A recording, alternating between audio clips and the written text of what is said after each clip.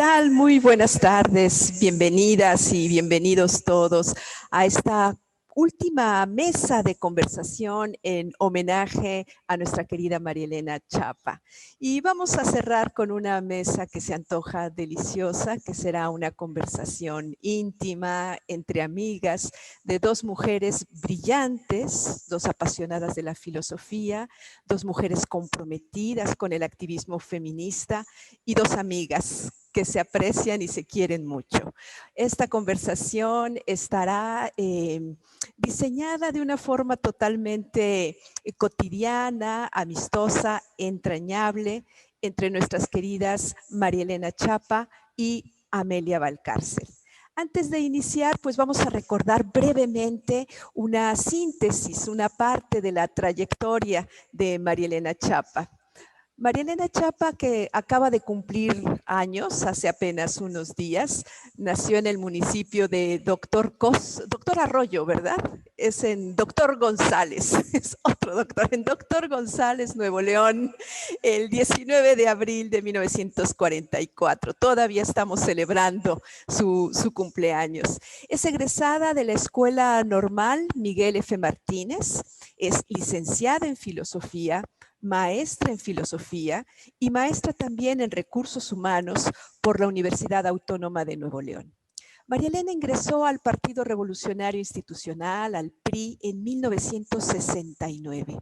Ha sido diputada federal del 88 al 91, senadora de la República del 91 al 97, diputada local del 97 al 2000 y nuevamente diputada federal del 2000 al 2003. Fue también la presidenta ejecutiva y entiendo que fundadora del Instituto Estatal de las Mujeres de Nuevo León del 2003 al 2016. María Elena es también presidenta fundadora del International Women's Forum, capítulo México, del 93 al 95 y presidenta honoraria del 96 a la fecha. Entre los múltiples, de verdad, numerosos premios y reconocimientos que ha recibido, destaca la Presea Nuevo León en 2008 al mérito político, la medalla Simón de Beauvoir en reconocimiento a su trayectoria. La Universidad Autónoma de Nuevo León le otorgó el reconocimiento Flama, Vida y Mujer en 2010 en el ámbito de desarrollo gubernamental y el premio Griselda Álvarez por su trayectoria política. Recientemente obtuvo la medalla al mérito Diego de Montemayor en la edición 2019, otorgada por el Ayuntamiento de Monterrey, por su contribución para el desarrollo de Monterrey, especialmente del sector femenino. Son tantos los reconocimientos que ha recibido María Elena Chapa que recientemente el municipio de Guadalupe, en Nuevo León, acaba de inaugurar un museo donde están una buena parte de sus reconocimientos porque no cupieron todos. Y esto sucedió hace exactamente 2 días, en el día de su cumpleaños. María Elena ha publicado también importantes obras en temas de educación y humanidades, así como un gran número de artículos y ensayos relacionados con la política actual y la problemática de las mujeres contemporáneas. María Elena Chapa es sin duda una figura imprescindible en la política de nuestro país. Y va a estar dialogando con nuestra muy querida Amelia Valcárcel. Amelia es catedrática emérita de Filosofía Moral y Política de la UNED, consejera electiva de Estado, vicepresidenta del Real Patronato del Museo del Prado, doctora honoris causa por varias universidades en México, la Universidad de Veracruz, la Universidad Autónoma de Nuevo León y la Universidad de Valencia. Es autora de una veintena de libros, de 70 capítulos en obras colectivas y de más de 100 artículos. 2 veces ha sido finalista del Premio Nacional de Ensayo. Sus libros más recientes son Ensayo sobre el bien y el mal y Ahora Feminismo, Cuestiones Candentes y Frentes Abiertos. Amelia es directora o miembro de 10 proyectos de investigación en los últimos 15 años, pertenece a diversos consejos expertos, entre ellos es consejera de la Cátedra Alfonso Reyes, así como diversos consejos editoriales, jurados, comisiones y mecenazgos. Ha presidido y dirigido cursos y seminarios nacionales e internacionales. reseñada en diccionarios de filosofía y de personalidades, es también Gran Cruz de Alfonso X el Sabio. Así es que, pues, bienvenidas las dos, Amelia, bienvenida María Elena, muchísimas gracias por aceptar esta invitación. Y pues la idea es que nos platiquen sobre sus trayectorias políticas y el reto que esto ha significado. Pues yo creo, María Elena, que vistas así las cosas, como mi currículo ha sido el segundo, tú tienes que comenzar la primera. Y mi pregunta es, ¿a ti cómo se te ocurrió meterte en un partido político?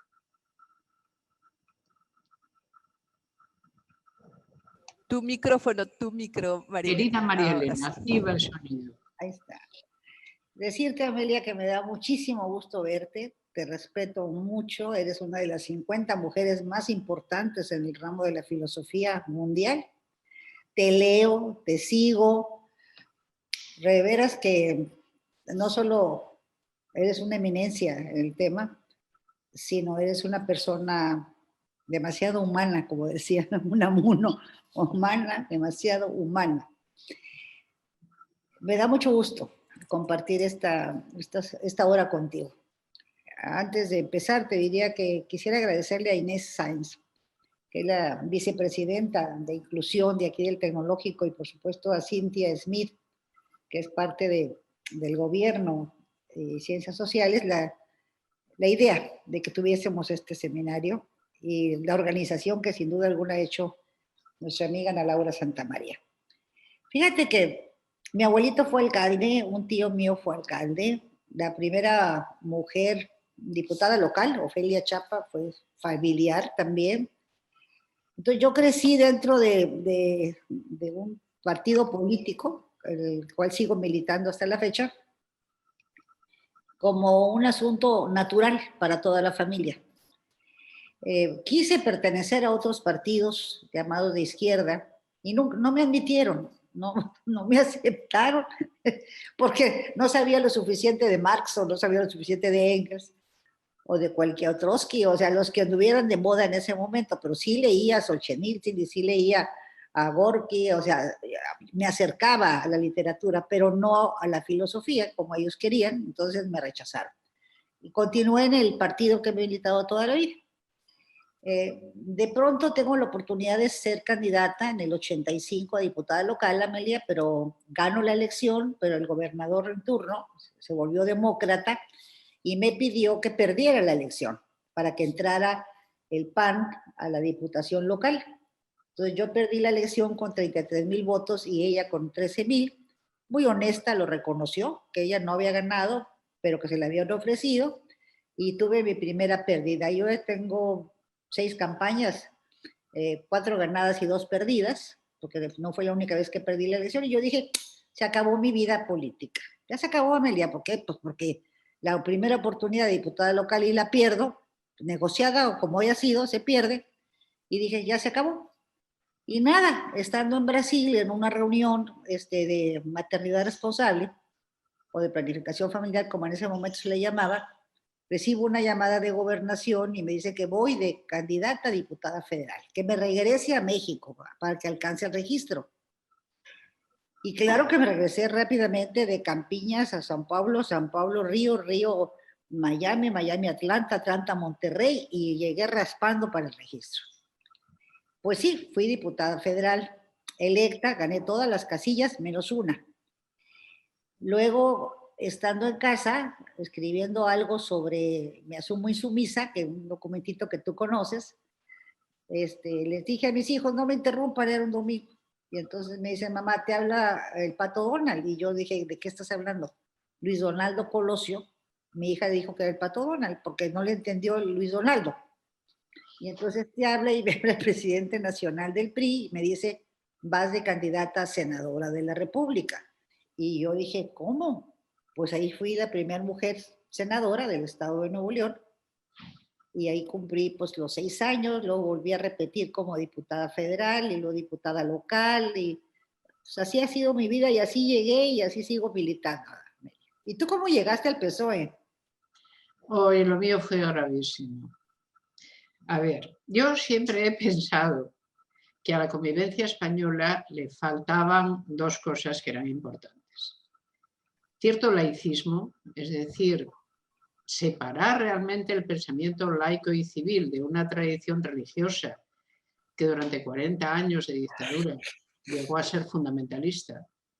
Es decir, que aquí no teníamos clérigos, teníamos ayatolas de la Iglesia Católica Romana, pero ayatolas. Entonces, eso había formado un bolo de sentido excesivo y se necesitaba otro punto de vista. Y luego también pensé, pero esto más tarde, cuando ya había cumplido los 30, que los radicalismos que adornaron mi juventud tenían que ser temperados, templados por un conocimiento mejor de lo que una democracia es y de lo que las personas en una democracia estamos dispuestas a soportar como políticas verosímiles, ¿no? Es decir, que hacía falta una pedagogía política, y la pedagogía política me pareció que estaba mucho más representada en el Partido Socialista que entonces en el partido que existía como partido más de centro, que era la UCD. Pero luego la UCD se rompió como partido y una derecha mucho más conservadora irrumpió bajo las siglas de Alianza Popular, luego Partido Popular. Nunca me he sentido proclive a los partidos conservadores. Quizá porque la democracia no es conservadora de por sí.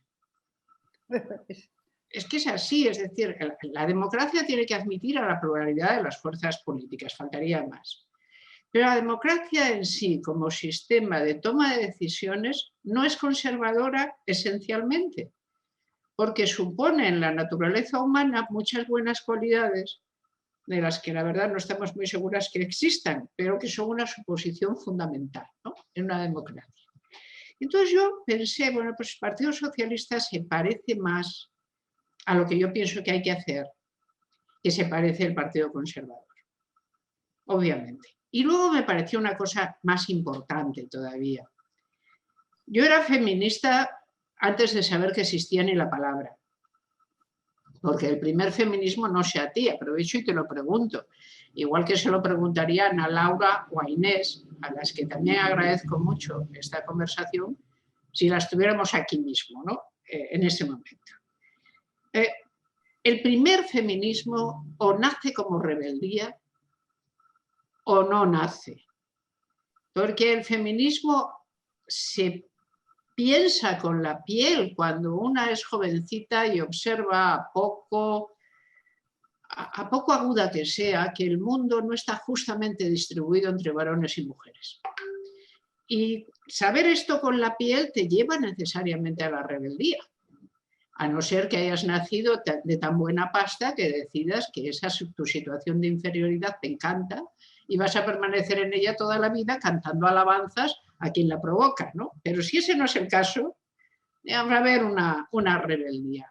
Y esa rebeldía, yo pensé, España después de 40 años de dictadura, donde las mujeres viven en una situación vergonzosa, mira, María Elena, ser mujer era una vergüenza. Directamente, era estar todo el rato bajo la vergüenza. Sí, yo no sé explicar esto mejor, luego quizá me ayudes a ello. Pero la vergüenza era la situación normal, en que avergüénzate de estar en el mundo, vaya, prácticamente. Y yo pensé, este partido de centro-izquierda es el que tiene que hacerse cargo del feminismo como una posición política y de las políticas feministas, que tienen que ser llevadas adelante, porque hubo que luchar por lo más elemental. Había un delito de adulterio en el Código Penal, con 6 años de cárcel. Por supuesto, ese delito para los varones no existía, solo había adúlteras, ¿no? 6 años de cárcel, es decir, el Estado se interesaba directamente en los cuernos de los maridos. Y se interesaba hasta el punto de que aquello era un delito penal corriente. No había divorcio. Imagínate una situación en la que un matrimonio sale mal. Bueno, de aborto, aquello no se podía ni pronunciar la palabra. Había que hacer unos circunloquios terribles y la situación de las mujeres era estrepitosamente baja, oprimida, avergonzada. Había que cambiar eso. Y esto solo se puede hacer a través de la política. De todas maneras, en lo que has contado antes, María Elena, hay una cosa que me sorprende mucho. Según eres y según es tu carácter, tu entrada en política empezó por la obediencia. Te dijeron pierde y perdiste. Sí. Te lo han dicho más veces. Porque tú eso de obedecer, a poco que yo te conozca... No se me da. No se me da ya.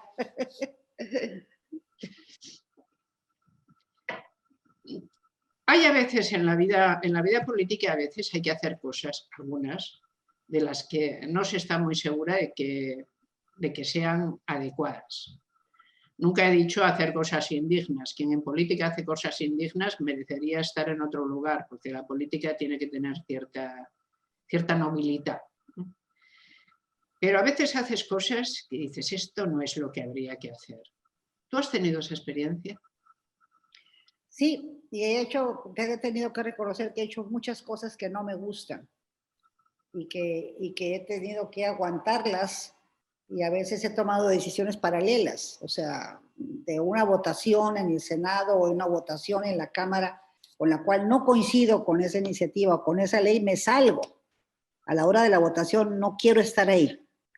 Sí, sí las he vivido, y muchas discriminaciones. Porque el hecho de ser la primera mujer senadora te da una posición que yo no esperaba. Fui presidenta del Senado en 1993.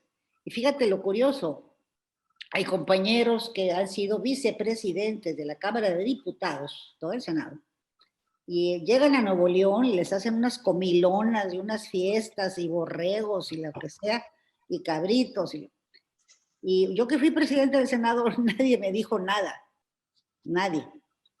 Y dices tú, bueno, quiero recordarles que fui presidenta del Senado, que tengo el águila de plata, que es la que te regalan, y quiero recordarles que mi nombre está en letras de oro en el muro del Senado. Entonces dices tú, no voltean ni aún ahorita a reconocer que hay un trabajo de 30 años a favor de la paridad o a favor de la igualdad o a favor de la no discriminación de las mujeres, y me volví una señora latosa y necia.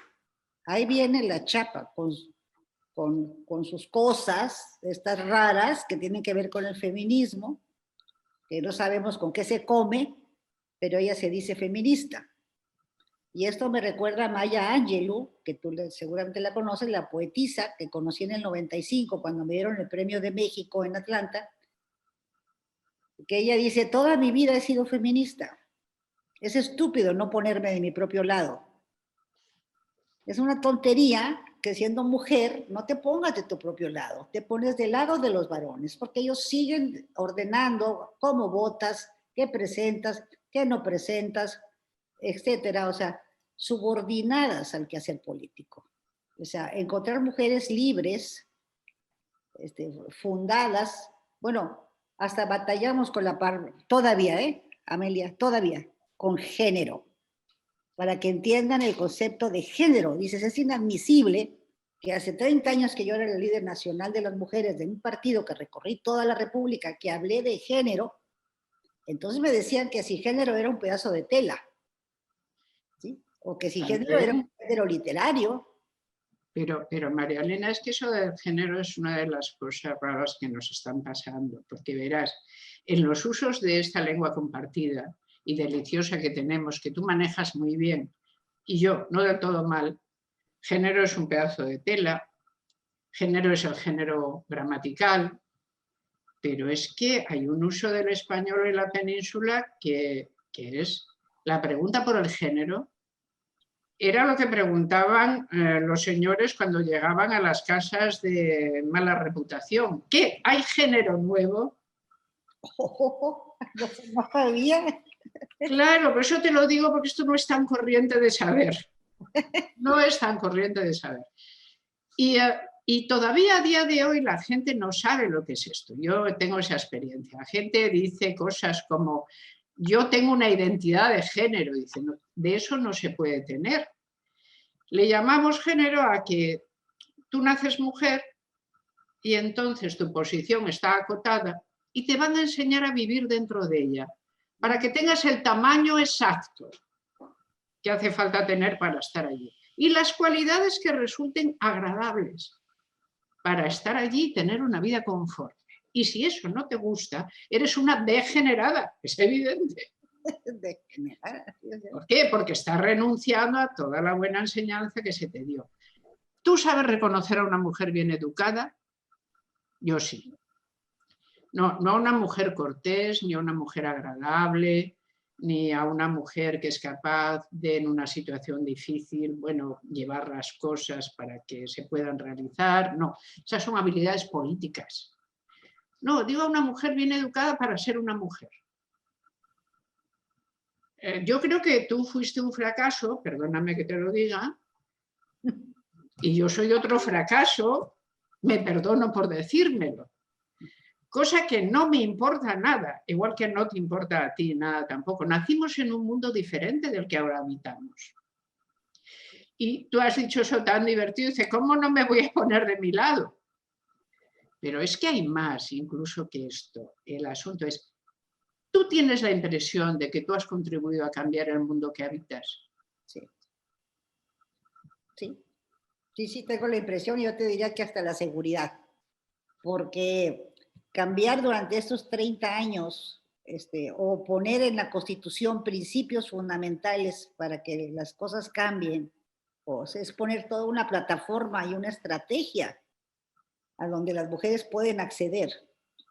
Y esto es modificar la Constitución, no solo las leyes, para lograr la paridad sustantiva, la democracia paritaria, la no discriminación.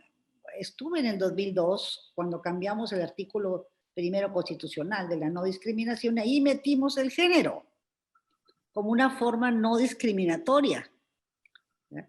La edad, el estado civil y todo esto. Entonces, esas cosas a mí me dan mucha satisfacción cuando modifican la Constitución. Otras veces he llorado, porque he metido 13 juicios y los he perdido todos en Nuevo York. ¿Todos? Todos los he perdido. Caramba, cambia de abogadas. No, lo que tenemos que cambiar es de los personajes que se encargan de los tribunales. Te voy a decir por qué. Cuéntame. El primer juicio no me lo querían aceptar, Amelia, porque decían que ¿cuál interés jurídico tenía? Si yo ya no quería contender ni para diputada local, ni federal, ni senadora. Le dije, no es por mí. Vengo a poner este juicio, hablo del 2015, en favor de todas las otras mujeres que quiero que accedan a los cargos de elección popular y que tengan la oportunidad de ser candidatas. No de separarles escaños, como en Argentina, no. Asegurárselos, no, sino que se la juegue. Dijeron, no, usted no tiene interés jurídico, por lo tanto, pues no le vamos a aceptar el juicio. Y le dije, entonces permítame llamar a la prensa, porque lo que yo tengo es interés legítimo de ayudar a otras. Y ya cuando la amenacé con que iba a llamar a la prensa, a televisión y a todo, y que dijeran públicamente que no me aceptaban el juicio, aunque yo tuviera interés legítimo, provocó que me le sellaran y me lo recibieran. Claro que lo perdí, como he perdido los otros 13. Pero, ¿qué pasó? Nace una jurisprudencia. Hay 6 jurisprudencias que tienen mi nombre.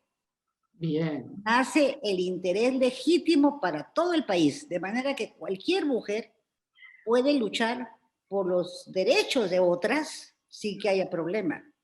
Nace la posición de la mujer a la hora de los nombramientos, de las plurinominales, o de mayoría relativa, o de representación. Primero mujer. O sea, si vas a nombrar una lista, inicia con mujer. Esa es otra jurisprudencia. O sea, mujer va con mujer de suplente. Hombre puede ir con mujer o con hombre. O sea, hay muchas cosas que han modificado la forma del quehacer político, y en este momento toda la mitad de las 21,000 posiciones que se están jugando para el 6 de junio, la mitad de ellas son mujeres. Me encanta, me da mucho gusto ver muchísimas mujeres en lo que le llamamos la generación de reemplazo, que nos están reemplazando a nosotras en las tareas. muy pilas, muy activas, muy dispuestas a entender en las redes sociales, a entender el tiempo, la cibervida que estamos viviendo, llámese centennials o millennials, o sea, la cibervida y la política líquida, igual, de esa de 8 segundos, de que te rápidamente en 8 segundos entren en contacto con la gente, o sea, es maravilloso la época que nos está tocando vivir, Amelia. Sí, es cierto. Es maravillosa. Yo tengo un gran amigo que se llama Google. A mí me resuelve muchas cosas mi amigo.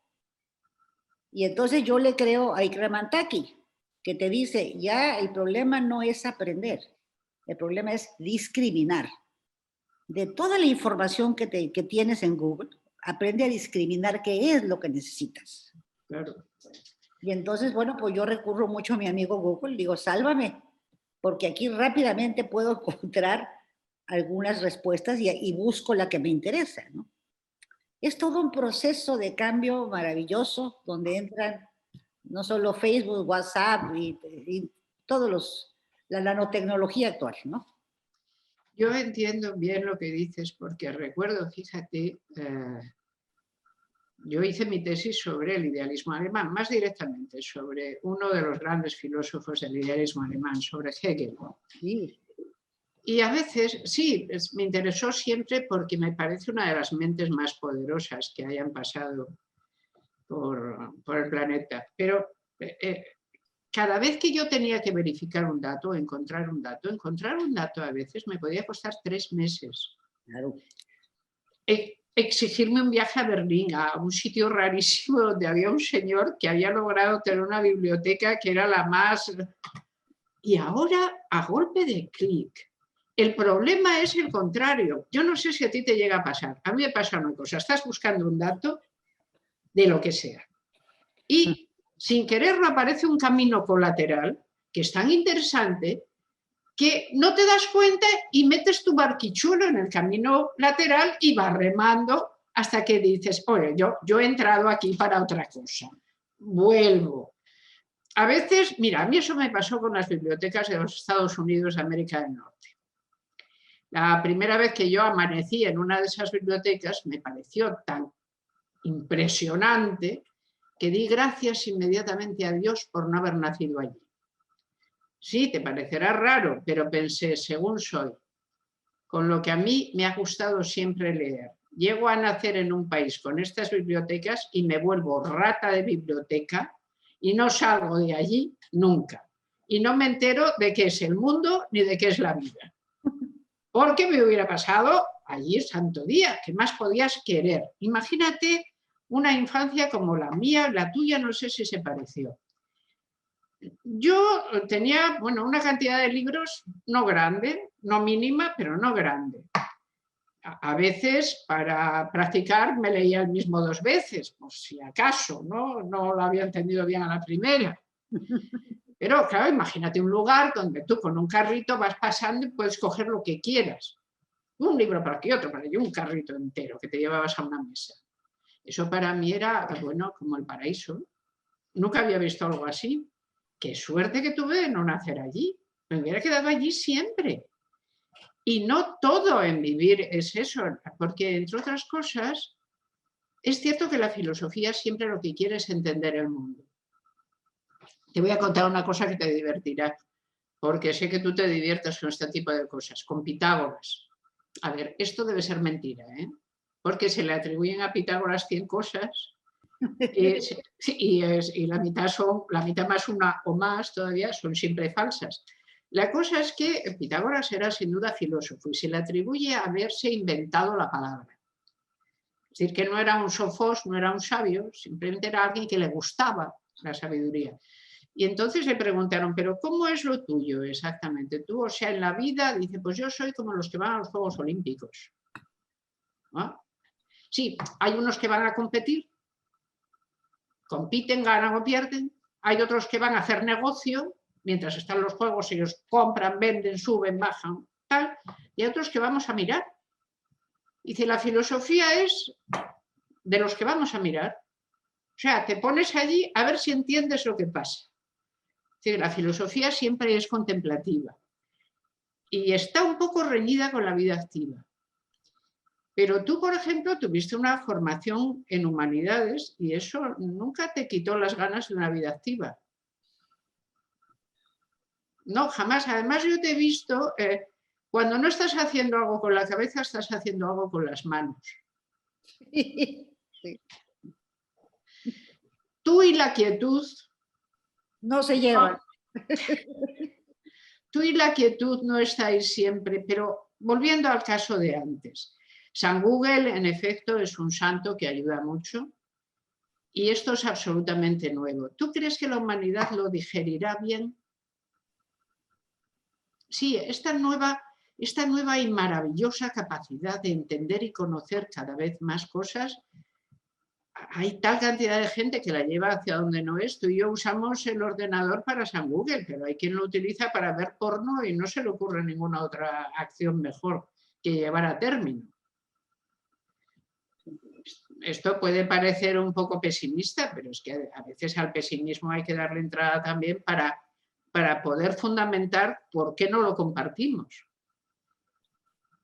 La pregunta de antes, ¿tú has visto que el mundo ha cambiado? ¿Podrías enumerar cambios? Sí, cómo no. Sí, cómo no. Mira, uno que está conectado directamente con lo que dices, Amelia, es la información fragmentada. Ya Sí. no hay aquellos contenidos que tú y yo seguimos leyendo, porque soy igual obsesiva para leer. Ahorita estoy con todo lo de Zygmunt Bauman. Por supuesto, lo tuyo lo leo fue lo primero que entra. Harari, que estoy entendiendo, Harari, con el estado del mundo actual en la globalización y, por supuesto, en la multiculturalidad. Pero mira, la información que ahora tenemos está fragmentada. Ya bajó el tiempo de atención de 20 minutos que tú y yo ocupábamos cuando éramos académicas y estábamos dando clases o tratábamos de que los alumnos nos siguieran a 8 segundos. A 8 segundos. Entonces, ahora todo lo que pase de 2, 3 líneas cansa y se va, y se va, y se va.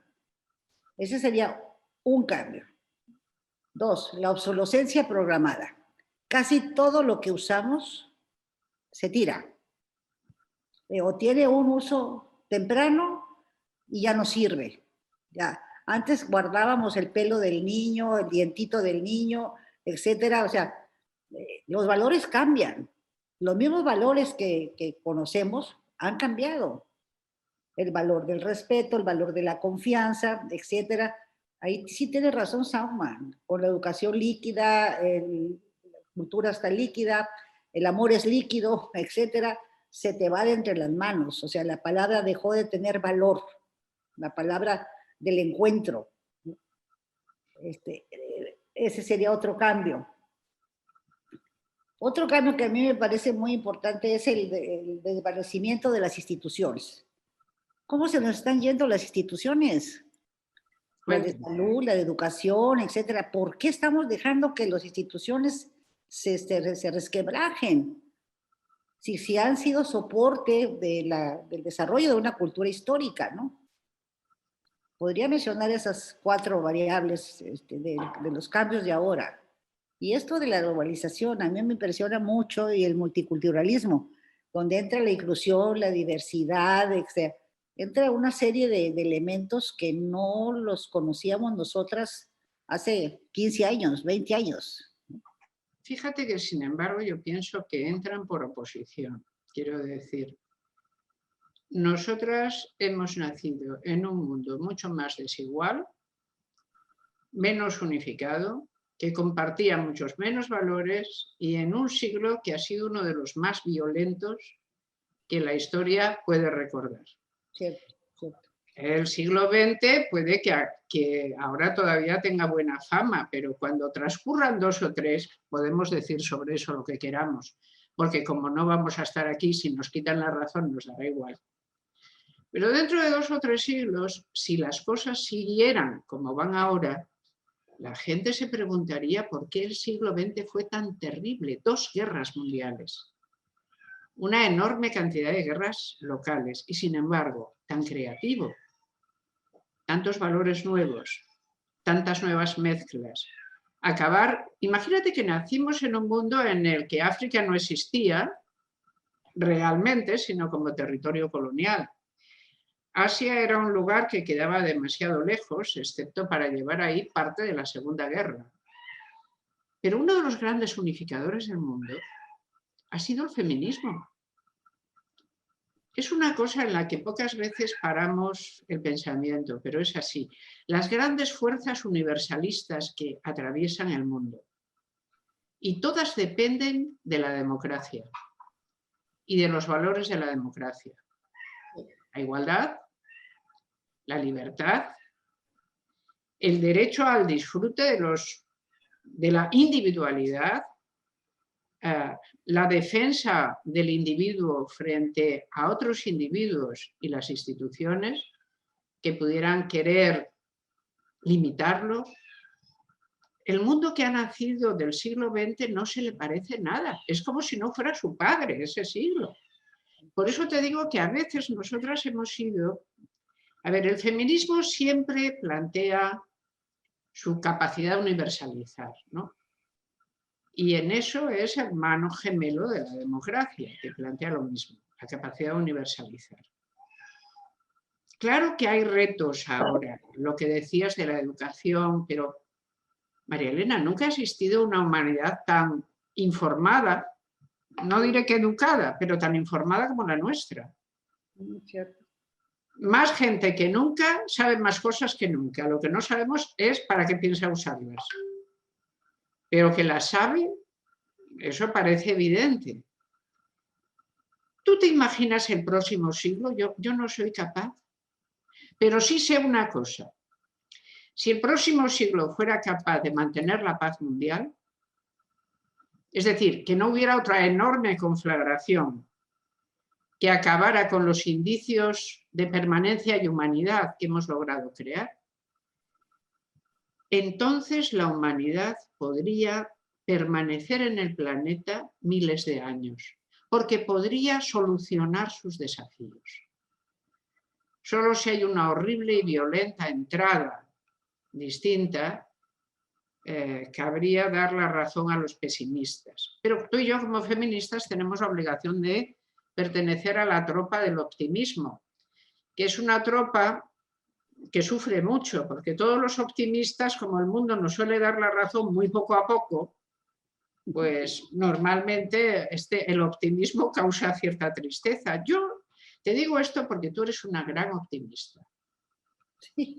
Sí, es que te he observado de vez en cuando, María Elena. No solo cuando estás pensando, estás siempre haciendo algo con las manos, que siempre.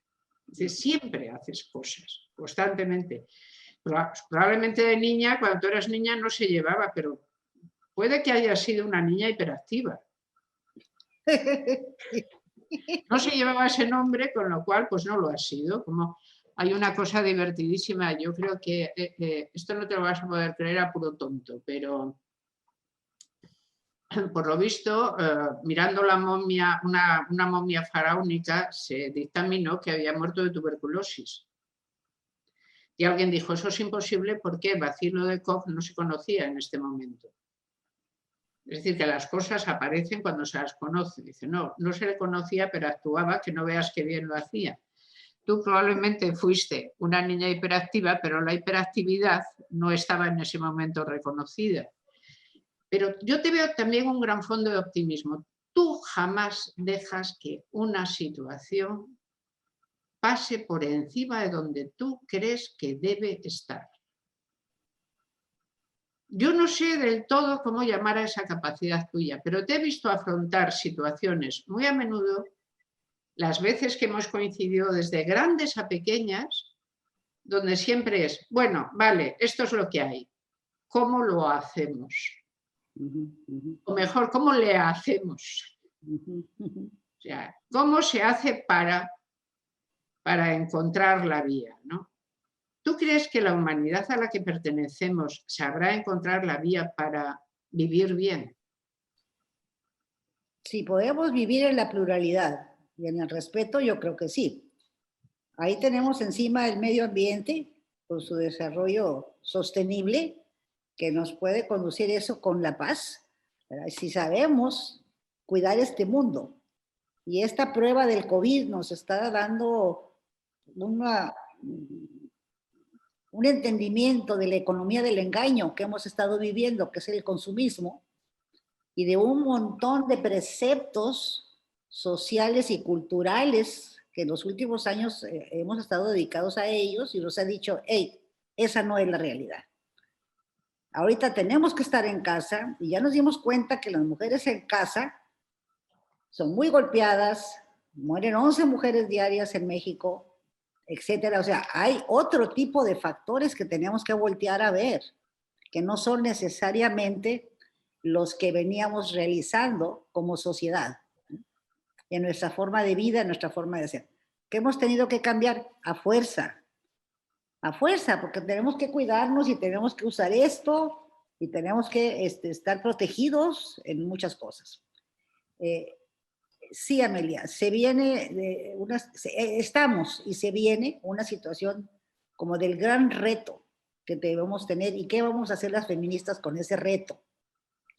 Pues mucha conciencia, porque en México ya estamos demostrando que hay mucha conciencia ya de lo femenino, del respeto a las mujeres, de la participación de las mujeres, pero luego hay gobiernos que no voltean a ver a las mujeres y que al contrario retiran apoyos o retiran quehaceres o servicios dirigidos a las mujeres y entonces ponen a todo a la mitad de México en conflicto. Yo misma, que tengo cáncer, tuve que visitar 14 farmacias para encontrar una medicina. No hay medicinas para el cáncer. Y tuve que buscar por todos lados. Yo le preguntaba al oncólogo, ¿cómo le hacen las familias con escasos recursos, que tienen niños con cáncer? Dice, se mueren, señora, se mueren. Yo, porque soy terca, porque obviamente lo he sido, hasta que salen las cosas, encuentro las medicinas, pero es mucha búsqueda, es mucho dinero igualmente, que dices, ¿cómo le va a hacer la humanidad si tenemos estas restricciones tan profundas, ¿no?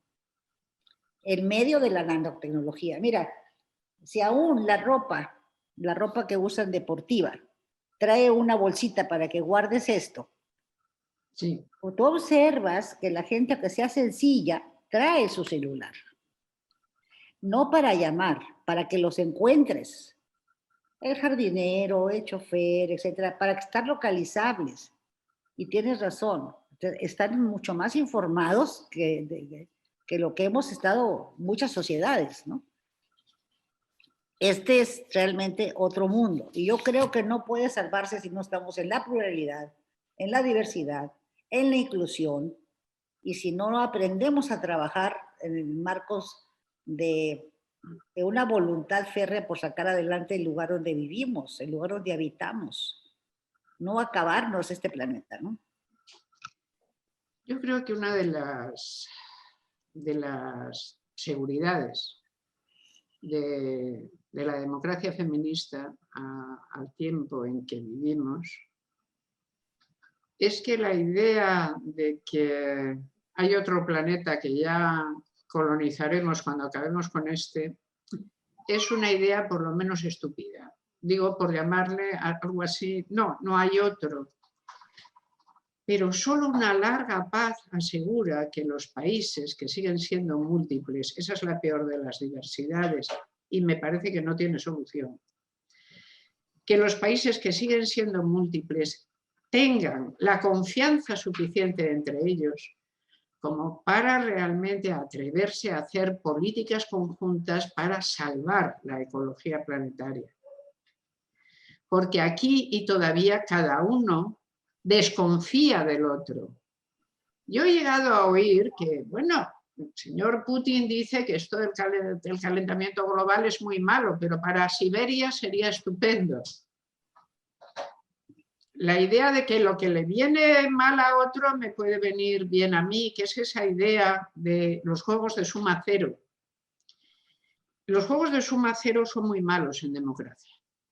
Yo veo que tú le estás cogiendo cariño a la idea de diversidad. Yo te apunto que yo, por el contrario, le estoy cogiendo una manía extraordinaria a la diversidad. Porque esta idea se empieza a aparecer como en la escena y crece más a medida que en efecto somos menos diversas y menos diversos todos. Nos parecemos mucho más ahora que nos parecíamos hace 100 años. Todos los habitantes de este planeta somos más, pero somos más parecidos. Por ejemplo, nosotros los hispanos, que somos bastantes, oye, está bien, somos la tercera cultura mundial, no va mal. Pues imagínate, somos multiétnicos, esto es evidente. Es decir, de todas las razas, de todos los colores. Sí, los hay con todas las mezclas, solo hay que manejarse por América de arriba abajo y verlo y mirar. Pero multiculturales lo somos muy poco. Tenemos un cemento común enorme, que es el que nos permitirá en el futuro, si sabemos trabajarlo bien, tener una presencia importante en el mundo, que conviene. Conviene tener presencia si además tienes alguna buena idea en la cabeza, si no, tampoco hace falta que te esfuerces, ¿no? Pero si tienes alguna buena idea de cómo esto podría ir mejor, conviene que tu presencia avale tus ideas. Y yo creo que sí, que estamos en la era del desafío. Tú le has dado antes una palabra que casi era mejor que esta. Es decir, estamos en un momento en que se puede producir el giro hacia lo mejor o perder la partida. Y yo creo que el feminismo forma parte del giro hacia lo mejor. Yo entiendo lo que dices de la diversidad, pero imagínate, vamos a pensar, China es diversa y es enorme y tiene una capacidad productiva inimaginable. Y en este momento dependemos de ella porque se está quedando con la deuda de todos nosotros. Pero una sociedad que funciona sin hacer ojos ni visión democrática alguna es un lugar deseable. Si ese modelo se impusiera planetariamente, esto sería deseable. O en otras palabras, mira, el feminismo siempre tiene claro que la libertad de las mujeres solo se puede desarrollar en una sociedad abierta. Esto es, una cuyo gobierno sea democrático. En los totalitarismos el feminismo no tiene nada que contar. Se puede prescindir perfectamente de él. Y sin embargo, yo creo que la democracia corre graves riesgos a día de hoy. Yo creo que hay gente que empieza a pensar, pero no sé si es que esto en Europa nos queda más a mano, aunque el vecino del ático de México ha tenido hace nada un asalto al propio Congreso, que no está mal, digamos, como experiencia. Hay gente que empieza a pensar que después de todo, ¿por qué no tener un sistema aparentemente eficiente, aunque sus modales no fueran los de la democracia? Hay gente, sí, yo lo veo. Sí, la democracia no viene de serie ni se transmite con el desayuno. Es decir, por mucho que desayunes y desayunes cosas muy nutritivas, ellas no te hacen demócrata. Lo que te hacen demócrata son los demás, el lugar en el que vives, la política que hay, las leyes bien establecidas. Y de alguna manera luego eso se hace como un segundo carácter, una ética. Se vuelve un ethos de democracia. Pero hay muchos lugares del planeta que no disfrutan del ethos de la democracia. La democracia sigue siendo una forma de vida minoritaria. Y el feminismo pertenece a esa forma de vida. Por eso, es decir, por ejemplo, tú, María Elena, tú has trabajado extraordinariamente por uno de los objetivos feministas número 1, que es la paridad. Y en particular, la paridad en el ámbito del público político. Yo he estado escuchando las mesas de estos días y es evidente para todas las personas que concurrieron que te reconocen la maternidad y el magisterio, podríamos decir la paternidad, pero ¿para qué? La maternidad y el magisterio en el tema de la paridad. Es evidente que esto es así. Pero ¿de qué deberíamos, cómo deberíamos ampliar todavía el feminismo en los días que habitamos? En estos días del desafío que tenemos, ¿cómo lo ves? Pues yo creo que ampliando la agenda, Amelia, porque instaladas como estamos en la incertidumbre y en un montón de desafíos, como feministas, si ampliamos la agenda de atención hacia los temas de las mujeres y podemos trabajar en redes plurales, como muchas de nosotras trabajamos, con el pleno respeto a las formas de pensar de cada una, pero con un objetivo superior, un objetivo común que está por encima de las ideologías partidarias, yo creo que podemos avanzar. Por ejemplo, tenemos deudas pendientes. Sí, es cierto, de las libertades que tú mencionabas, es muy cierto los derechos y es muy cierta la igualdad, pero ninguna de las tres la hemos logrado a satisfacción. ¿O de veras nuestras libertades están resueltas? No. Ve todos los conservadores, ve cómo están queriéndonos regresar al siglo XIX. ¿Sí? ¿De veras conocemos nuestros derechos? Yo me he topado, bueno, yo atendí 116,000 mujeres en el instituto. Tuve 0 muertas en violencia. A mí ninguna se me murió que me fue a ver. Pero me di cuenta de muchísimas cosas que es como si hubiera una generación que entendió, una en medio que está hueca y una iniciando que es la que está empujando, la que está atenta a defender sus derechos. Aquí pasó algo en todos los partidos políticos. Nos faltó esta generación de en medio, de la capacitación, del entendimiento, de saber quién eran y cómo trabajar con la pobreza, con la salud, con la educación, con los derechos. Porque de veras se sorprenden las mujeres cuando dicen, ¿tengo derecho a eso? Sí, sí lo tienes. Pues no sabía, pues es un faltante de nuestra sociedad, que las mujeres conozcan sus derechos. Mucho menos el principio de igualdad, ni en el trato, ni en oportunidades, ni en beneficio del desarrollo, ni en la toma de decisiones, etc. Miren la toma de decisiones. España, por ejemplo, en el 2011 cambia su ley para la presencia de las mujeres como CEO. Y sube del 20 al 40 en las posiciones. México no lo hemos podido hacer, aunque presentamos la iniciativa con más de 50 firmas de senadores, se guardó en un cajón. O sea, ahí hay una agenda pendiente y a mí me gustaría muchísimo que estas mitad de mujeres que están en campaña, las ganadoras, puedan recibir información a suficiencia y decirles, a ver, vamos a revisar el derecho al trabajo, al cuidado, la violencia de género, la democracia paritaria, o sea, preparémonos, capacitémonos para este mundo actual globalizado y multicultural. A ver si aprendemos desde el feminismo a ponernos una óptica de entendimiento racional que nos permita actuar sobre muchos miles de mujeres que son las que menos tienen y que están sumidas en la pobreza, sumidas en problemas de salud, sumidas en problemas educativos, etc. Es como crear una nueva agenda. Mira, es muy fácil. Tenemos una agenda de Beijing, ahí está el 190, que es el que habla de la paridad, que, bueno, obviamente es la más grande conferencia que haya habido en la historia de la humanidad. Son 35,000 mujeres, 189 países, y ahí se crea toda una base. No hemos podido hacer la quinta, nos quedamos en la cuarta conferencia, porque irrumpen los grupos de derecha y los grupos conservadores, irrumpen con el regreso a casa. Pero ¿cómo es que piensas? ¿Quién es esa señora Amelia que está enseñando a pensar a las mujeres? ¿Quién es esa señora Amelia que les dice que si se comprometen nuestras libertades vamos a fracasar? No podemos comprometer nuestras libertades. Tú misma has dicho, la paridad son tiempos de paridad, son tiempos de turbulencias. Yo te he leído esto.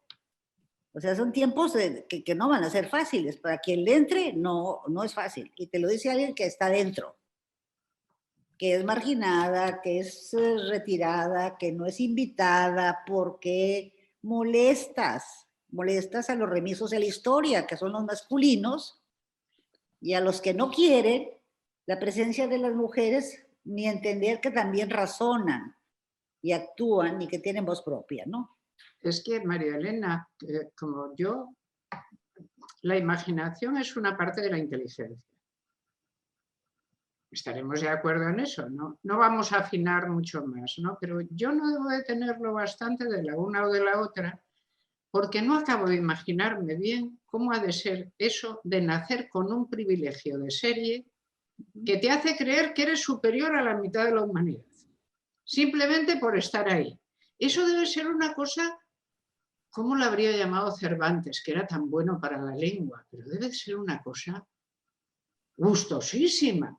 Y claro, renunciar a tales gustos debe de tener también como poco interés, ¿no? Quien ocupa una posición de privilegio, yo he notado que tiene muy poco interés en perderla. ¿Tú te habías dado cuenta de eso? Sí. También, ¿verdad? Sí. Sí, también pasa mucho, ¿no? Entonces, es que debe ser gustosísimo esto de mandar, sobre todo si te obedecen. Debe ser gustosísimo saber que no vales gran cosa, pero ya en siendo quien eres y habiendo nacido en el sexo que conviene, ya tienes la mitad asegurada, que es que la otra mitad vale menos que tú. Y todo esto ha costado mucho cambiarlo, pero fíjate, yo creo que lo hemos cambiado. Yo creo contigo, María Elena, que no hemos podido hacer todavía una conferencia tan fuerte de agenda como la de Pekín. La primera se hizo en México, recuerda, en el 75. La de Pekín fue en el 95, 20 años después, y por el medio había habido un par más, por lo menos. La agenda parecía avanzar imparable. Copenhague y Nairobi. Exactamente. Y de repente la agenda se para y no se mueve. Como si dijéramos, es que se necesita tiempo de reposo para ver si... Hay una cosa que no se ha parado en todo el planeta, María Elena. Los números educativos de las mujeres han avanzado durante del 95 a acá sin pausa. Las mujeres tienen en todo el planeta y en este momento los más fuertes números educativos. Y eso no sé si es una garantía de viabilidad, pero es mucho mejor de lo que había antes. Es mucho mejor. Pero como tienes razón en que aguantar todavía con las dos manos nuestras libertades es para la mayor parte un imposible. Un imposible. Y además yo creo que los desafíos son tan fuertes que hemos de cambiar, que la democracia tiene que volverse la forma total social. Quiero decir, no nos podemos simplemente contentar ya con una sociedad que funcione a golpe de casualidad. Por casualidad, por serendipia pura, hemos descubierto una nueva fuente de energía. Por serendipia pura hemos visto que no puede haber tanta gente pobre en el mundo. A lo mejor hasta no puede haber tanta gente como hay en el mundo. A lo mejor lo que nos pasa en los países desarrollados, que es que nuestra natalidad baja por el conocido individualismo, es decir, porque sí, porque la comodidad impone una ley distinta. A lo mejor ese es el porvenir que puede esperar a la humanidad en una etapa de confort que habrá que ganar repartiendo lo que hay. A lo mejor resulta que el beneficio a como caiga no puede ser la única ley que esté vigente. Es decir, lo más que puedo decir es que hemos hecho parte de lo que hemos podido. Parte de lo que hemos podido, porque el mundo de verdad estaba todavía mucho peor cuando lo encontramos. Y de lo que estoy segura también es que el feminismo lo mejora de una forma considerable. Pero, insisto, la democracia no viene de serie. No se aprende respirando. Tienes que respirar en medio de otra gente que también esté contigo en esto. El feminismo no viene de serie. María Elena, la esclavitud estuvo vigente hasta 1965 en algunos países, donde la gente admitía que alguien podía nacer esclavo y ser comprado o vendido. Pero todavía hoy, ser mujer en muchas partes del planeta es que te puedan comprar para prostituirte. Sí. También en México. Esto está pasando. Sí. La trata es un fenómeno internacional. Y no hay ninguna decidida y pensada política feminista que haga imposible la prostitución. Para volver al mundo feminista se necesita una enorme cantidad de pensamiento todavía. Pero además se necesita un coraje que, dime la verdad, ¿cuántas personas lo tienen? Es mucho más fácil distraerse con tonterías. Las tonterías son estas cosas que te asaltan en el camino, ¿no? Y que te quitan de aquello de, ya sabes cómo es esto, cómo es en estas cosas que se dicen a veces, estas cosas que se aprenden en la política, que son monosílabos, ¿no? Dice, lidera, sigue o quítate del medio. Entonces, un buen consejo, o lideras, o sigues, o te quitas del camino. Pues en el camino del feminismo hay todavía una enorme cantidad de gente en medio que echa muy de menos un mundo que cree que puede volver a resucitar cuando ya no hay ninguna capacidad, ni para que nos volvamos a casa, ni para que las cosas vuelvan a ser como se imaginan que fueran. Porque tampoco eran como se las imaginan. Estamos viviendo en medio de demasiados fantasmas. Sí, los fantasmas creados por el antiguo poder siguen vivos y andan por ahí. Y nos dicen lo que hay que hacer y no hay que hacerles ningún caso. Pero esa es mi posición en particular. Y yo te quería hacer una pregunta sobre esto. A veces dicen, es que el feminismo ya se sabe. Primero, hay históricamente varios varones feministas importantísimos y sumamente inteligentes. Dos, tú, María Elena, como yo, tendrás a una serie de varones a los que les tienes franco cariño y respeto.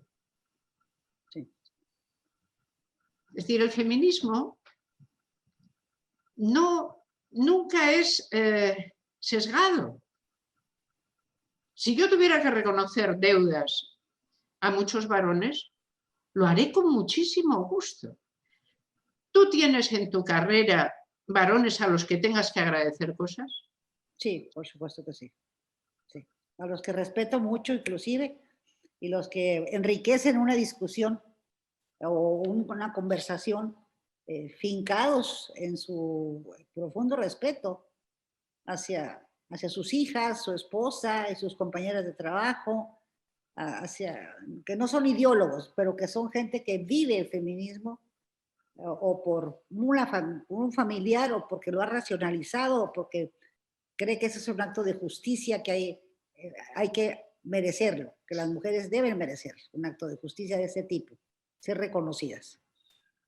Ahora con lo del CEO que metimos una iniciativa, me habla un empresario y me dice, oye, Marilena, ya aprobaron esa ley que ustedes metieron. Le digo, no, fíjate que no está ahí en el Senado. ¿Por qué? Dice, es que yo tengo deseo, pues a mi yerno, pero mi yerno es muy torpe. Es mucho más lista mi hija y yo quiero saber si ya hicieron la ley para meter a mi hija de CEO. Le dije, tú diles que ya se aprobó la ley y mete a tu hija, que tú mismo estimas que es más talentosa que tu yerno. Dice, es que eso que estás proponiendo es muy justo.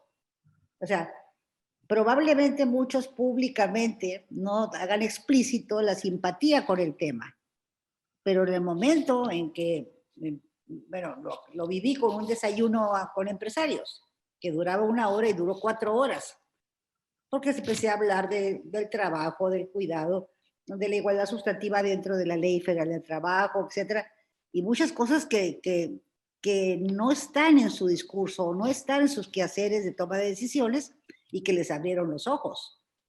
Y dicen, no, tienes razón, somos iguales. Es lo que Susan Anthony decía frente a la Casa Blanca. A ver, pregunto, ¿las mujeres somos iguales? Díganme si somos iguales. Y le dijeron, pues sí. Si no somos iguales, díganme. Pero díganme, somos iguales y entonces tengo derechos. Tengo los mismos derechos que los demás. Entonces, si las mujeres somos iguales, tenemos derechos y eso se los repito mucho a los empresarios. Somos iguales, somos personas, bueno, tenemos derechos. Y el mismito derecho. Los derechos, como les dije a los diputados locales, no se negocian, se garantizan pero no son negociables. Es un derecho que vive contigo, que te lo otorga la Constitución. El derecho a la paridad, 86 leyes nacionales metieron la paridad dentro de sus leyes. Pues crees que todavía hay resistencias en el Poder Judicial, en el Legislativo y en el Ejecutivo, siguen nombrando hombres en los cargos en vez de atender el derecho. Y esto tú lo has vivido, yo lo he vivido, y es a veces verdaderamente difícil de entender por qué tantas resistencias, ¿sí? ¿Por qué tantos descuidos con un mundo que está reclamando la igualdad o te está haciendo ver el respeto que las mujeres se merecen? Y lo veo mucho en la violencia contra las mujeres y las niñas. Mira, la trata ya se aprobó, pero no comercio sexual ni turismo sexual. Entonces dejas coja la ley. O el surgimiento del tío como violador es bastante reciente, pues no pueden actuar los jueces, entonces tuvimos que hacer la iniciativa y la aprobaron. O sea, te das cuenta de muchas cosas que son como la agenda pendiente, la sencilla, no la compleja que mueve a la sociedad, sino la sencilla, esta que estamos viviendo, que nos trae sumidas en la cultura del olvido y de la falta de respeto y de confianza. Veo que Ana Laura quiere decirnos algo.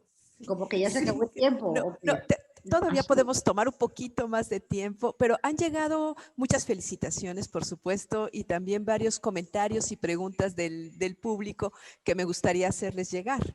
Entonces, por ejemplo, está nuestra amiga Lídice Ramos, que ustedes conocen bien, que pregunta, para transformar, ¿qué se debe aprender de la historia del feminismo?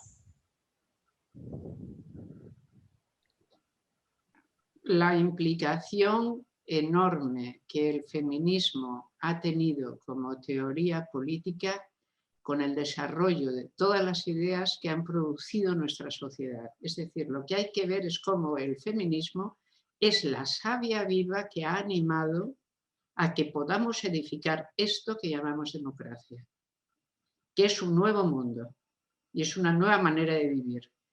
Entender eso en todos sus detalles, en todas sus características, en todas sus apariciones, y entender también todo lo que se le opone y de dónde viene. Si cada una y cada uno de nosotros no somos unos excelentes propagandistas de esta magnífica forma social y política que tenemos, no pervivirá, porque no es natural. Cada ciudadana y cada ciudadano debería de estar tan convencida y tan convencido del feminismo y de la democracia como de su fortaleza, son sus murallas.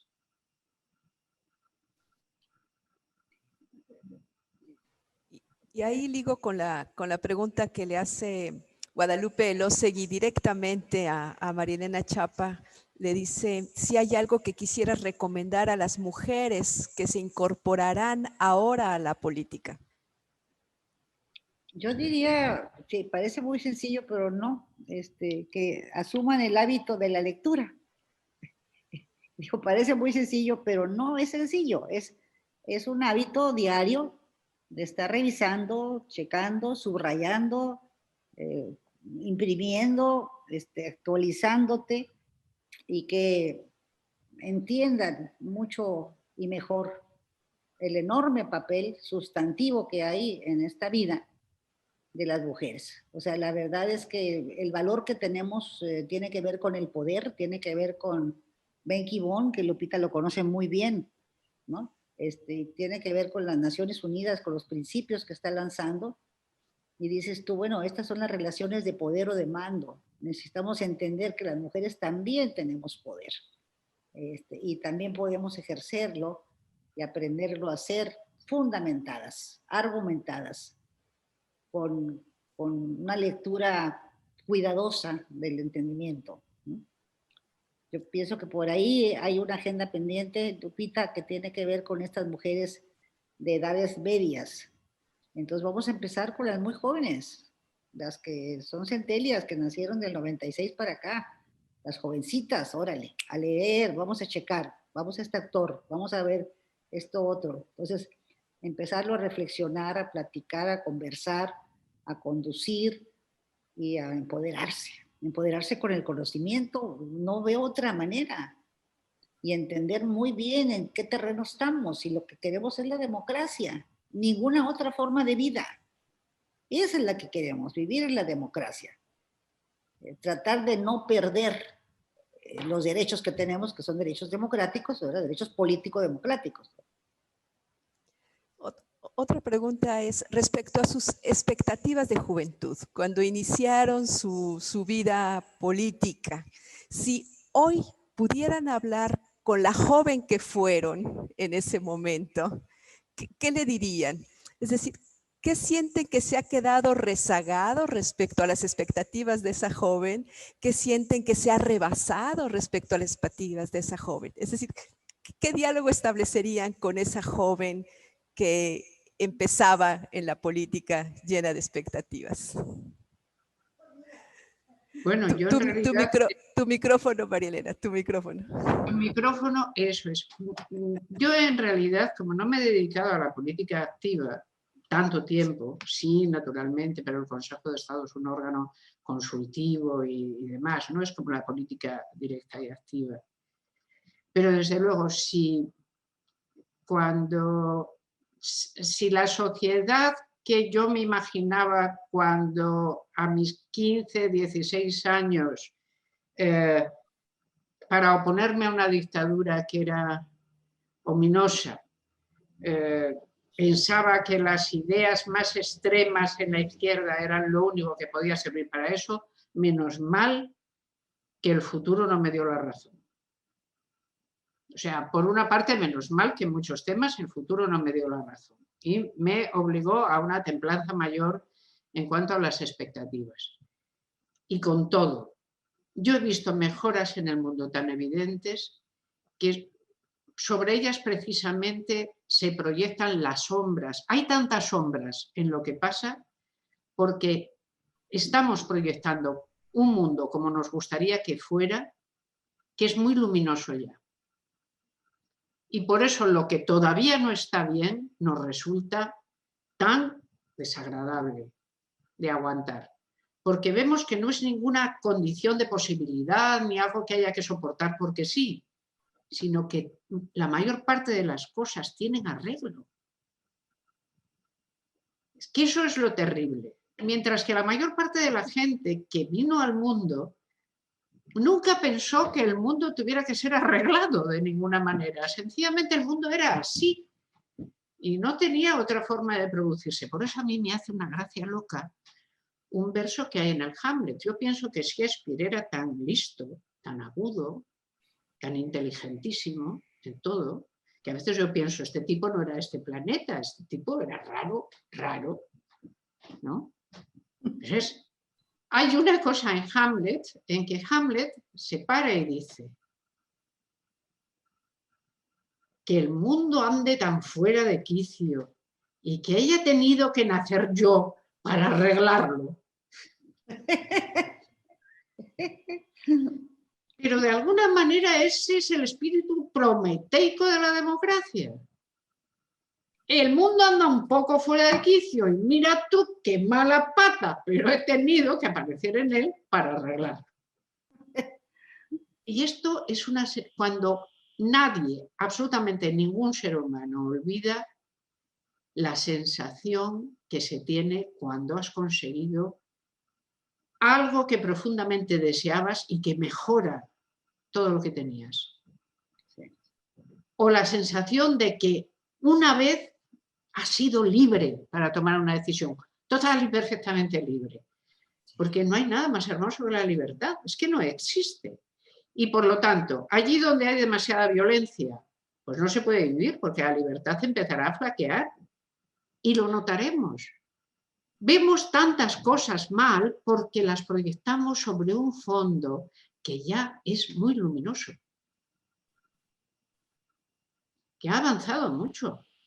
Yo creo que sí, ya sé que antes dije que iba a hacer, en fin, iba a decir cosas pesimistas, pero si hay que comparar el mundo en el que nací con el que vivo, no puedo ser pesimista. No puedo. No, aquel era infinitamente peor. sobre todo porque pensaba que no tenía arreglo. Que era así, el mundo empezaba cuando te morías, eso, a mí me lo contaron cuando era muy pequeña. Aquí esto es un lacrimarum vale, esto es un valle de lágrimas, aquí hemos venido a sufrir, estaremos sufriendo un rato. Pero si sufrimos según un orden, que ya os iremos explicando, pues entonces en cuanto te mueras, entonces justamente empezarás a vivir. Hombre, era una historia un poco rara. El cielo eterno. María Elena. A mí me decía mamá desde que los 3 años me salí de la casa y me fui hasta la esquina caminando, y que papá y mamá decían, pues ¿a dónde va esta niña? Y yo les dije, es que ya me voy de la casa. A los 3 años que me fui a la esquina, dice, hijita, desde chiquita eres una hija desobediente, eres una insumisa rebelde que querías hacer lo que tu hermano hacía. No se me olvida la maestra de 3º y 4º año de primaria que me sentó en medio de un hormiguero en el patio de la escuela y me puso 2 piedras para que no me moviera. Les tengo pavor a las hormigas, que se me subieron muchas, porque yo era muy inquieta. Y para castigarme me sentó en medio de 2 hombres, Javier Sepúlveda y Homero Benítez, todavía no se me olvida. Y me daba una vergüenza el castigo porque me sentó en medio de 2 hombres y entonces eran bancos unívocos, o sea, una sola pieza. Y yo dije, bueno, sí soy insumisa, por eso escribí esa reseña de me asumo insumisa, o hija desobediente, como podamos entenderlo mejor, pero sí creo que hay una agenda pendiente. También creo, como tú, Amelia, que sí hemos avanzado, sin duda, y que te da, así como lloras, o me dio infarto, cuando perdí un juicio que yo quería ganar con todas mis ganas, que supe que lo había perdido allá en México, y me dio un infarto ese sábado. Allá voy, al corazón. Operación de corazón. Así también he gozado, he gritado, he estado feliz cuando se gana un juicio, cuando veo que las cosas se logran y digo, híjole, tengo cáncer, pero me falta mucho por hacer. O sea, necesito tantita chancita para poder avanzar en todo esto que tengo de agenda pendiente. Y no hace mucho, la semana pasada estuve leyendo a Isabel Allende y ella dice algo que a mí me pareció fuerte, pero bueno, que dice, y aquí lo saqué, el feminismo no está en medio de las piernas, está en medio de los ojos. Aquí está el feminismo. Me llamó mucho la atención porque ella lo agrega. Los hombres piensan que el feminismo está en medio de las piernas. Y las mujeres sabemos que el feminismo está en medio de los ojos. Y es una verdad, dicha de manera fuerte, pero es una verdad. Aquí está, tú eres feminista aquí. O sea, haz el feminismo, practica el feminismo, no digas si como dice Amelia, los cobardes se considera un insulto a veces, te insultan, eres feminista, ahí te insultan. Pues no le hagas mucho caso, no le hagas, sé feminista y practícalo, ¿no? Pero María Elena, el problema que tenemos últimamente es que feminismo ahora suena bien. Antes feminismo no sonaba del todo bien y entonces decir que alguien era feminista era una manera de deshacerse de, vamos a poner aquí una muralla, ¿no? Bien, es que esta es feminista, pero ahora como feminismo suena bien, el peligro es que te cuelen cualquier cosa y digan que eso es feminismo. Sí, es cierto, es cierto. El peligro ha cambiado. El peligro ahora es gato por liebre. O sea, llega un animal diciendo claramente miau y te dicen que es una liebre muy bien cocinada. Ahora el peligro es la suplantación. Yo creo que también democracia, fíjate, democracia no empieza a ser una palabra respetable hasta después de la Segunda Guerra.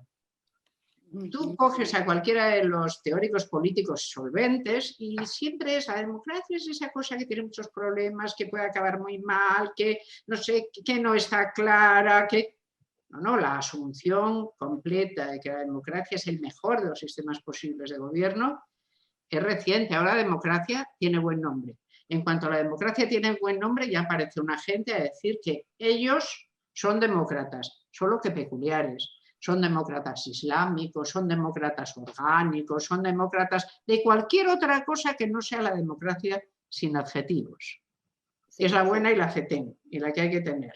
Sí. Entonces, los peligros que tiene una palabra mientras tiene mal nombre son unos, y los que tiene cuando tiene buen nombre son otros.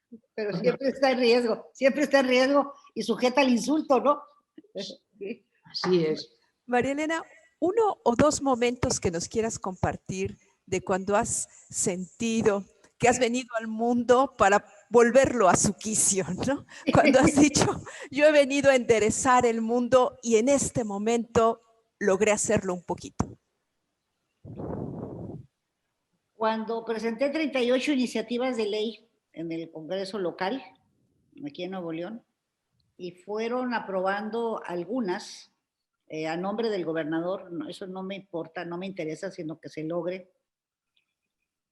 Yo me he ido a la casa a veces con una enorme satisfacción, manejando, muy feliz, muy contenta, muy sola, pero muy contenta de haberlo logrado y de que esto va a golpear muy bien, va a penetrar muy bien con las mujeres.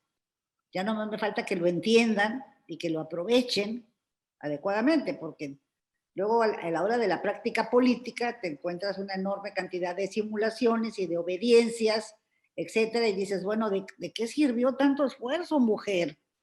Si no entendiste cuál era tu rol, ¿verdad? Y haces exactamente lo que tu jefe masculino te ordena, o te estás dejando pisotear, o marginar, o subordinar, etcétera. Falta esa otra parte, decir, ok, ya está la ley, ya me llenó de satisfacción, ya por fin gané un juicio en la Suprema Corte, pero acabo de perder otro aquí con las magistradas, que nombraron puros hombres magistrados, como si no hubiera mujeres en este estado, ¿me entiendes? O sea, el problema sigue, porque es un problema de concepción, porque no hemos sabido sumar a muchos varones, como decía ahorita Amelia, no hemos sabido sumar a muchos varones que sí simpatizan con la causa y que podrían ser nuestros aliados. Yo por lo menos trabajo mucho con redes de mujeres, a veces con redes de masculinos y femeninos, pero no he sabido incorporar de manera sustanciosa a muchos varones que toman decisiones, que son poderosos, que tienen acceso a la toma de decisiones y que pueden contribuir a la colocación de las mujeres adecuadas en los lugares adecuados.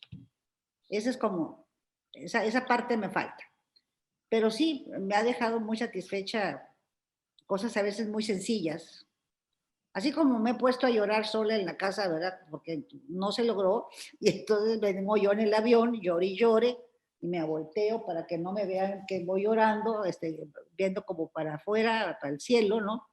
Y no lo logré, y salí de la cámara, pero con la lágrima, ¿verdad? Porque no pude, por más de que hablé con X, Y, Z y estrategia cruzada, tú hablas con fulano, y tú con sultano, y tú con el otro, o sea, por más que diseñaba estrategias múltiples, perdía. Las resistencias masculinas son enormes, enormes. Todavía nos movemos en un mundo patriarcal que lastima mucho el quehacer de las mujeres. Entonces hay que ir rompiendo eso. Entonces yo digo, ok, sí es muy terco el cáncer, pero yo soy más terca que el cáncer, ¿eh? Así que vamos a sacar esto adelante y hasta donde se pueda. Y a seguir avanzando en la agenda de las mujeres. Y me encanta ver a Amelia, la quiero mucho, esta mujer, qué cosa de mujer más talentosa. La leo, la subrayo, la releo, le doblo la hojita, o sea, eres muy buena, Amelia, muy buena como filósofa. Lo único que siempre te he dicho es, a mí Hegel nunca le entendí, y es tu filósofo preferido. Digo, ay, Dios mío, ¿cómo es que le entendió a Hegel? Ahí sí me pescas, pero dices, qué bruto. Por desafío. Sí. Claro. Le dijiste, a ver, lo mío fue por desafío, puro y duro. O sea, el asunto es, tú a medida que ibas adentrándote en la filosofía tenías que ir considerando escritos, palabras que vienen de un pasado y que las abres y las tienes que leer como si te las estuvieran diciendo al principio, ¿no? A ver, ¿esto qué es? Y al mirar aquel, dije, ¿esto? Entonces, la misma cara que pones tú de ¿vas a poder conmigo, cáncer? Va a ser que no. Pues esa cara la puse yo con ¿vas a poder conmigo? Contigo, Frederic. Te vas a topar conmigo. ¿Sabes que les cuento? Mira, acabé viviendo con la fenomenología del espíritu 15 años. Cada día antes de dormir me leía un trozo. Casi me la sé de memoria. No te puedo decir que no, yo le sé los trucos, pero es una mente extraordinaria, porque sobre todo su mayor capacidad fue su ambición de conocimiento. O sea, cómo podemos realmente entender en muy diversos planos lo que es el mundo. Y eso, claro, nadie ha sido tan ambicioso como él. Y por eso Hegel. Así que me lo tienes que perdonar porque es un defecto que tengo, pero tolerable. Aparte de eso, ya sabes que soy muy buena compañía para comer. Ah, bueno, sí. Como comensal, soy buenísima. Y soy para los tamales. Y para los tamales, te encantan los tamales. Para los tamales ya soy óptima, o sea, me paso de buenas. Soy lo más adecuado para ese asunto. Les cuento algo breve ahorita. Y también tengo otras virtudes. Digamos que la virtud de la conversación durante las cenas, algo la tengo. Admítaseme, tampoco pido mucho. Y luego hay una virtud que siempre hay que tener, que es la música. La música importantísima. Sí. El arte. Bueno, Ana Laura y yo tenemos una historia sobre esto del arte de su momento Felipe II que tiene su interés.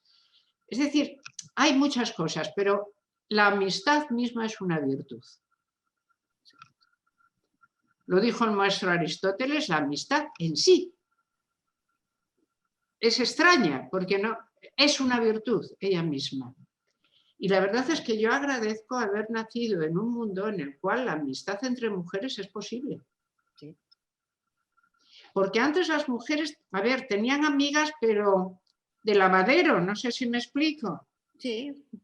O sea, tus amigas tenían que ser tus cuñadas, o el núcleo familiar era el que cerraba. Los varones, claro que tenían amigos, porque tenían el derecho a salir de ese núcleo, a buscar el reflejo en otros, ¿no? O la ayuda, las mujeres mucho menos. Y yo creo que para nosotras la amistad es una belleza reciente que tenemos. Y yo admiro mucho a mis amigas. Yo te admiro mucho, María Elena, muchísimo. No te imaginas cuánto. No sabría expresarlo, pero es una enormidad. Igual que admiro mucho a nuestra común amiga Dulce, por ejemplo. Dulce María, es excepcional. Sí. Que es excepcional. Igual que, por ejemplo, a la propia Ana Laura que está aquí, que tiene una inteligencia, una rapidez y una capacidad pasmosa. No diremos ahora más, porque como está adelante, pues no debemos, ¿no? Es muy lúcida, muy clara. Mira, Ana Laura me hizo la pregunta más inteligente que me han hecho en un coloquio en la vida. Sí, claro, me acuerdo por eso, no, ya se acabó, no voy a seguir por ahí. Igual que a Inés, igual que a nuestras amigas de la Facultad de Humanidades. Es maravilloso cuando tú puedes ver la inteligencia en otras. Y por lo tanto, la amistad brotar como un sentimiento de admiración sin problema, ¿no? Sin ninguna cautela. Esto es extraordinario. El feminismo nos ha enseñado la amistad.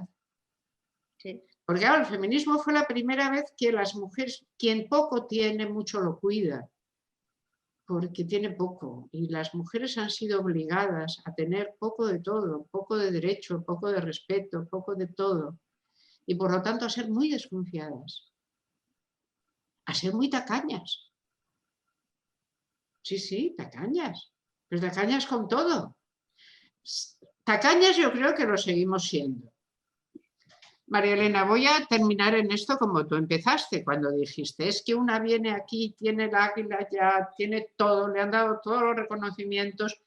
¿Dónde está la comilona esa extraordinaria que me tenéis que dar con toda esa cantidad de coba que vais a estar 3 horas diciendo que no conocéis a nadie mejor, ni más bueno, ni más grande, ni más macho, y esas cosas que vosotros hacéis tan a menudo, a mí ¿por qué no me pasan?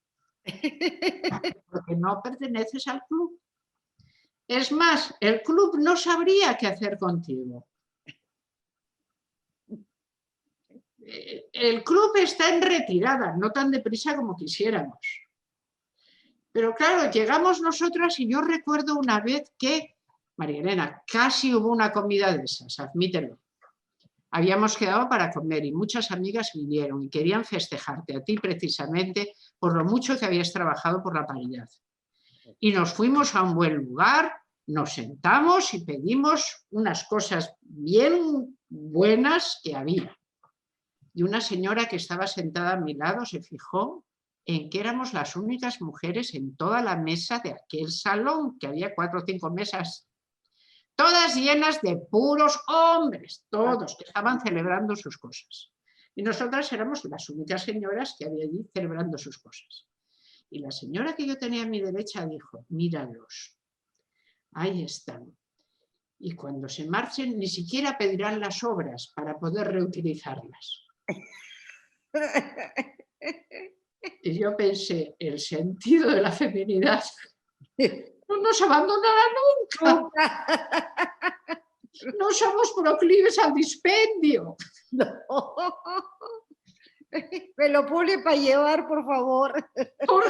Todas se levantaron y dijeron, esto no choque, ustedes lo tirarán, nos lo llevaremos y se lo daremos a nuestros sobrinos, a nuestros nietos, a nuestra hija. Me acuerdo. Les quería platicar la anécdota del Congreso. Cuando llegué a diputada federal, muy brevemente, me puse a hacer al lado de Jaime Sabines, un poeta nacional extraordinario, un compañero diputado, me puse a hacer un análisis de un cuadro cualitativo y cuantitativo del modelo de Madrid-Grawitz, del discurso político, para saber dónde estaba. Y vi que estaba aquello muy complejo. Y entonces me dice el líder, sube sube a la tribuna, que subí muchas veces, y que se acabe el debate. Yo dije, ¿cómo le hago para que se acabe el debate? Era hacendario. Pues me subo y empiezo a hablar de filosofía. Yo venía de la Facultad de Filosofía, de dar clase, de académica, y me meto a la política. Y empiezo a hablar de Bergson, el concepto de la incertidumbre, y pues no tienes idea de todo lo que inventé.